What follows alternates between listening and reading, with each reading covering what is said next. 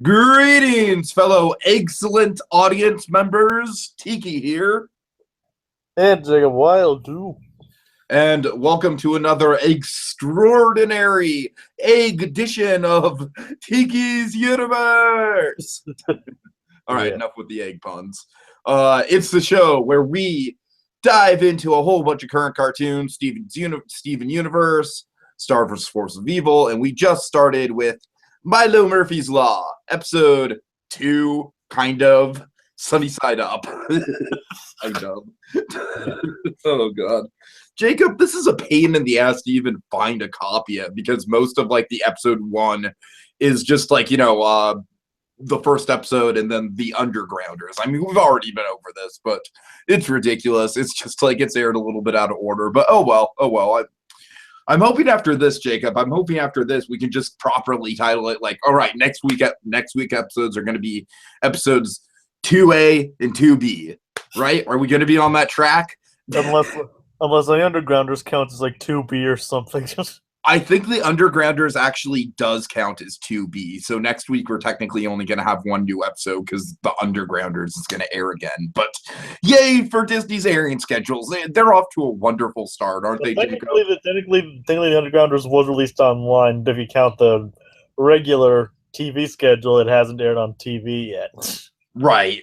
So we're just living in a world of just where streaming and TV viewing are just clashing, and it's just a pain in the ass to keep track of. But you know what is not a pain in the ass? What? This episode, because I really liked it. Yeah, didn't I tell you? Yeah. No, I don't think it's quite as good as the pilot, but I think that's understandable because they put a lot into the pilot to really make it stand out and be really bombastic and memorable. But it is a very fun episode. It's it's much more low key.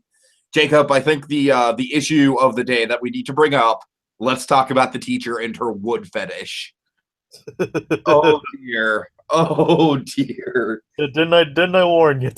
Yeah, you did warn me. Oh man, it's great. Now do you see what? Now do you understand why I didn't go into that much of an explanation? I was working on it for 19 long weeks, just me in the wood. Jacob, you know what's even dirtier than the whole desk thing, though? I think probably the dirtiest line of the series so far. What? I made that pencil, you know. Just oh dear. Just use your imagination, kids. Just use your imagination for why that's some shows are subtle about their dirty humor. I mean, then sometimes this show might get a bit subtle, but this time it just beats you over the head with a sledgehammer. Right. So, especially if you understand what they're talking about. Oh boy. Oh yeah. And I'm not a kid watching these cartoons anymore. I'm a full grown ass man. So yeah, I understand exactly what they're talking about. I mean, especially with the way she talks about it. Oh god, it's great. I hope that's just a giant running gag with that teacher. Well, that's not known yet, but it might be. Oh god. Okay, so let's break down this. You have to admit the reactions at the beginning were basically all our reactions. At first it's just oh, that's nice, and then it's just oh, wait, stop going, stop talking, too much information. Their faces are what did we just witness? Oh god. Okay, so hopefully the first of many very sexually open scenes with that teacher. And wood, of all things, wood. They have to choose wood. Something that's already vaguely sexual to begin with, Jacob. No, that's probably what they were going for. It's she might as well have a banana fetish. Oh, jeez. Oh, God. Anyways, away from all that. So basically the episode is, I believe they did this exact same premise on Hey Arnold, if I'm remembering correctly. I know you haven't seen all of Hey Arnold yet, but it's the egg drop. It's a classic egg drop, like you were telling me. They have to build a contraption to keep an egg from breaking, which is going to be very difficult with Milo. Jacob, I like how this episode is a lot more low stakes than the other two episodes are. Basically, the only thing riding on it is Melissa's grade. And that's what I want to talk about, because that is kind of one of my nitpicks. I have two nitpicks in this episode. One of them is Melissa. I like the voice actress for Melissa. I think she's doing a good job with the performance. I'm just not like it's very like early animated series where I am not getting a good grasp on the character and her exact personality. Yeah, I see where you're. Because basically, like I feel like all 3 episodes we've seen so far, she's been portrayed completely differently. Like in episode 1, she was kind of like this streetwise hustler type. And then episode 2, she's this like forgetful, you know, I mean, they don't really focus too much on the forgetfulness, but it's there. It's a quality of her character. And then suddenly in episode 3, she's like the bookish kind of like Lisa Simpson type who's worried about her grade. You know, it's not really gelling for me yet. I mean, I'm sure it's just like a symptom of it being early in the series. I'm sure there's a lot of factions of her personality the writers want to bring into it, but it's not fully formed yet. You know what I mean? She could be all 3 of those things for all we know. I understand that. I understand that that's probably where they're going for, and that it's probably just like, you know, it's not a character that has one trait. It's a multi-dimensional character, but it just feels weird that I don't know. It's fine though. I you know, yeah. I think that once we get further on into the season, it should be fine. You know, the characterization will begin to cement itself. But and Jacob, I'm sorry. I'm still what? Go ahead. I'm still not digging Bradley. I'm really still not digging Bradley at all. I know. I'm just saying he's better in this episode. I didn't really think so, honestly. I think he's still just a know-it-all kind of show-off punk who I want to punch in the teeth. And I understand that's the point of the character, but it's just like he's just not likable. You know what I mean? He's not even like fun to hate. He's just annoying. I don't know. That's just my 2 cents about it. Yeah. But those are my 2 nitpicks about the episode. So let's get some more positive stuff. But speaking of Hey Arnold, the 2 guys who made this actually worked on that show. Fair enough. I actually do see some qualities between this and Hey Arnold. I mean, actually, let's just address this right now. Probably the obvious parallel between this and Hey Arnold is the Eugene character. I mean, you know, I'm surprised we haven't brought that up yet while talking about that. Have people brought that up in general, the comparison? I don't think so. No, that's not like a talking point in like Reddit or whatever. Whatever the kids are talking about their cartoons on these days. Personally, I haven't seen any of that. Okay, fair enough. It's not really like I said, it's just kind of an observation I have. Like, hey, Eugene's kind of a jinx, you know? And this show's also I don't know. I guess like this show has a similar kind of vibe to Hey Arnold, except it's a lot more outlandish. Yeah, so, I see that. Anyways, so let's get into let's see. We get a montage. We get a fun the first song of the series besides the theme song. Jacob, I'm sorry. I'm sure they're saving Weird Al, but why is it Weird Al singing this? I want to hear a Weird Al song in this series so bad, and I know we're going to get one, but I'm just being impatient for it. I don't know. Maybe. I'm just being like an impatient, spoiled child. I mean, it's like, you have Weird Al. He's right there. Just have him sing all the songs. I'm sure maybe there's reasons why he can't do all of them, or like maybe they just chose not to. I guess so. I mean, it's fine. It doesn't take away from the episode at all. It's just like me as a viewer, like I just want to hear Weird Al sing, you know? The more Weird Al singing, the better. I know, but I'm sure there's a good reason for it. Like, I mean, what I'm guessing is that they're gonna have the character of Milo actually sing, and that's why they're not having Weird Al doing any of the like Phil Collins-esque like singing over the action, you know, like singing over a montage stuff.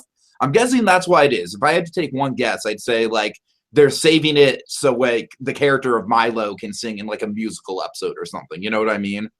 And it wouldn't be confusing. I don't know. I wouldn't be surprised though. Yeah. So we get a whole bunch of failed contraptions. I really like how they pay off Milo just randomly putting the egg in his pocket. That was a nice little setup. It's like, did you just put an egg in your pocket? Yeah. Yeah, just like it's normal. I'm like, oh god, that is definitely gonna pay off in some way. Doesn't everybody put eggs in their pants? Oh god. Doesn't everyone eat eggs for breakfast? You know what, Bradley? You know what, you little punk? I don't eat eggs for breakfast. You know why I don't eat eggs for breakfast, Bradley? You know why I don't eat eggs for breakfast? It's because I'm allergic to eggs. And you know what me being allergic to eggs makes me not allowed to eat, Bradley? Cake. I can't eat cake. So shut up, you little son of a bitch. I'm sorry, Jacob. Well, technically, that was I think that was a bit much. No, I know. I'm being overly harsh. I mean, that was just like a very big stretch. No, I'm just making a joke about how Bradley's just like, everyone eats eggs for breakfast. I'm like, I don't eat eggs for breakfast because I can't eat eggs because I'm allergic. I'll throw them up. Well, yeah, so do we. He didn't say all of us do. All right. It's fine. I'm just making a joke. I just thought that line. I just actually do like that line though. Like she's like, I eat eggs for breakfast. Yeah, so do other people. Okay, so we get a brief, very, very brief glimpse of Mr. Murphy himself. Jacob, very brief glimpse, but I can tell I'm gonna like this guy. He seems like a fun guy. And you can tell he shares Milo's bad luck. Oh yeah. Runs in the family. But I mean, like, just think of like how positive Milo is about the situation, and that guy is like, he's obviously like way older than Milo, so he's got a lot of years behind him living with the bad luck. So I'm sure he's like even more positive about the whole thing than Milo is. So I'm interested to see him. I'm really curious to see the rest of the Murphy family. I mean, the thing I want to know is I don't know if his mom has the bad luck or she inherited it when she got married. Right. Yeah, that'd be a fun thing to get into. Yeah. Yeah, it's amazing that knowing the Murphy's luck is probably amazing he's still married. Also, Jacob, one of the things I think is interesting about this episode is I feel like it plays on something that we're probably going to get a little bit more of as we go along in the series, which is a common misconception about Murphy's Law is that it's whatever can go wrong will go wrong. And actually, Murphy's Law is whatever can happen will happen. So it's actually not technically bad luck. I mean, I'm just basically doing the Matthew McConaughey, exposition from Interstellar, but you know what I mean? Like, nah, Murph, we named you Murphy because everything can happen and you're all everything. Murph. All right, I'm done. I'm sorry. But Jacob, what I'm trying to say is they actually do have some good luck in this episode. Like, some things do happen that are, specifically like the egg surviving all that shit at the end of the episode. You know what I mean? Yeah, no, yeah. So I feel like that is a good indicator that we're not only going to get like just the endless stream of crap happening to Milo, but we're also going to get some situations where like all this lavish stuff happens and then they actually come out fine from it. So anyway. It is an interesting way to look at that. So let's talk about probably one of the best gags of the episode, which is the dream sequences. Oh yeah. So they literally buy like a whole crate, like a whole giant thing of eggs. it's like she's like, I bought 8 dozen eggs. She opens the door like, and they go through all of them over the course of the day. I said I bought 4 dozen eggs. Right. They go through all these eggs in the course of a day, and they're only left with the one egg, which they've contracted into the final contraption, which is Big Bertha. I don't want to name them. I'm sick of getting attached to them. This makes you wonder how much they spent on eggs. Oh God. Well, okay, this is totally fine. Like, this is just like a plot hole. Like, this is me just being a little like know-it-all pointing out a plot hole. Like, why couldn't they just go to the grocery store and buy another dozen eggs just to make sure in case anything happens to that one? Buy another dozen just to be on the safe side. Seriously. In case something does go wrong. Right, that's what I'm saying. Just go by the store on your way home and buy another dozen eggs just to be. I mean, you won't even have just one extra. You'll have 12 backups You'll Maybe be they ran out of fine. money. I mean, look how many eggs they bought. Maybe they ran out of money. That's true. That's true. I mean, like I said, Zach bought 8 dozen eggs, Mhm. and Melissa bought probably 4 times as much as that. So that's that'd be combined a couple of over $100 worth of eggs. Yeah, that's true. That's true. That's a good point. Okay, so I don't know. I'm just saying, if they have that much money to spend on eggs, you think that buying another dozen would? Anyways, it's fine. It's fine. I mean, look who they're working with. Right. But point being, Zach has Big Bertha, the contraption, and Melissa has the egg in I believe it's 3 coolers, like a Russian doll of coolers, like a cooler inside of a cooler inside of a cooler. Yeah, most likely to Milo proof it. Yeah, of course. And so they both have, Zach has the contraption, Melissa has the egg. And then we have that dream sequence where Zach wakes up, he thinks that the contraption was broken by a tree, but no, it was just a dream. Melissa thinks the egg was broken by a tree, but no, it was just a dream. And then Milo wakes up and everything's normal. That's peculiar. Then he wakes up. The tree's inside his room. That's more like it. Like I said, yeah, that's normal for him. Oh god, that's great. That's a really fun gag. Yeah, the tree inside of his room is normal. Makes you wonder how many windows. They must pay a lot of windows. That's true.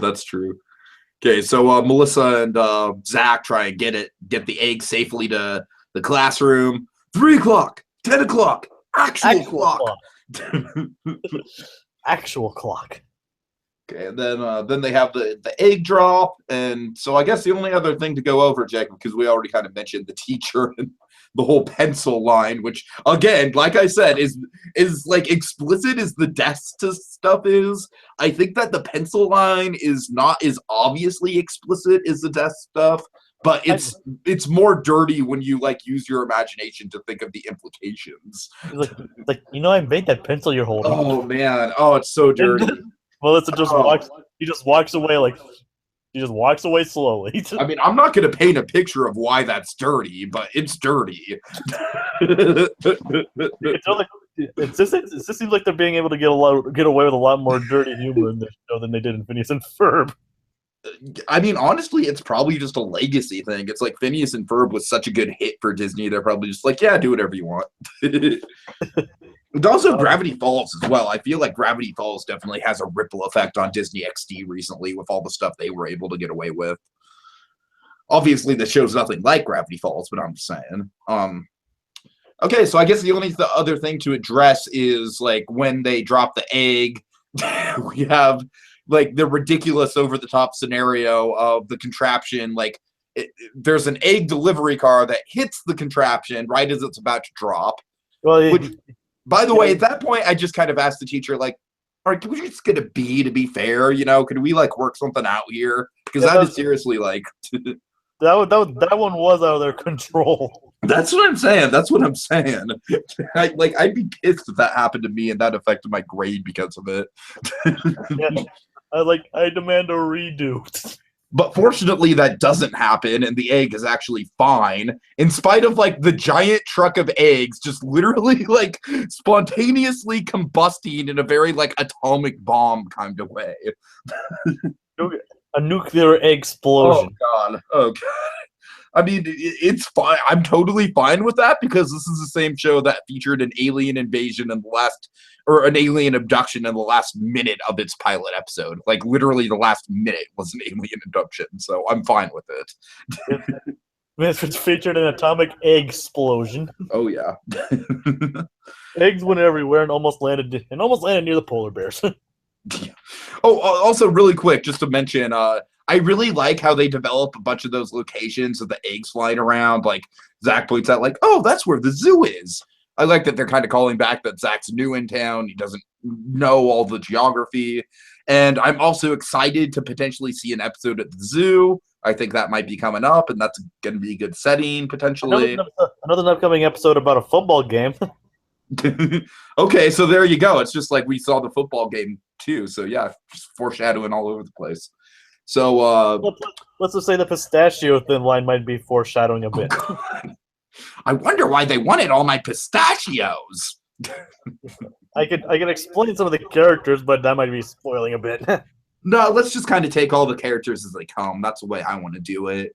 Because I don't want to have any preconceived notions of the characters. I just kind of want to experience them fresh. Well, all right. So I won't say anything. All right. So I guess basically Milo and Zach and Melissa get an A, and that's it. Yeah. That's the end of the episode. It's the A, and then like I guess they're like, no more egg puns. Melissa does not like egg puns. All right, so Jacob, before we get to final thoughts, do you have? I'm guessing we're only going to get one new episode next week, and then they're going to air the Undergrounders with that new episode. I don't know what episode that is. Like I said, I think I am actually just going to be a fucking terrific podcaster and look it up on Wikipedia right as we're talking. Isn't that professional of me? Isn't that professional? That's what I'm doing. Okay, looks like the next new episode is on Monday, and it's called Rooting for the Enemy. Yeah, I think that's the football one I was talking about. Okay, cool. So that'll be on Monday. Cool, we get Star and Milo on Monday. That's cool. Yep. And then, of course, the Undergrounders is also, like, damn, I hate that. I have to just go back and rename the Undergrounders podcast we did just, like, season 1, episode 2B, I guess. It's whatever. But oh well, it's fine. Okay, Jacob. So I guess just final thoughts on this episode, and then let's take it out. It's a solid episode. That was a very fun episode. Even I don't know what else I can say about it. But I did warn you about the teacher with the desk. Oh God, yeah. I definitely think all the teacher stuff is the most memorable part of the episode for sure. But overall, it's very solid. Like I said, it's much more low key than the other 2 episodes where it's not like this big adventure or anything. It's just them trying to problem solve a situation. Really good humor. Like I said, I think some of the characterization in the show I still have to get a little bit used to, especially with, like, Bradley's the problem one for me. Bradley's the one where it's like, oh, I don't know if I like this kid at all. I don't know if I like his personality. And Melissa's the one where it's just like, I kind of just want it to be a little bit more consistent than it is, but I'm sure it'll kind of, like I said, I'm sure it'll even itself out with some time. But overall, I'm really liking the series. I'm liking the creativity. I'm liking the visuals. And I hope that they do, like I said, Jacob, I think one of the things to take away from this is I think the series is not necessarily just strings of bad luck. It's more so outlandish, like crazy circumstances that, that they do get out of.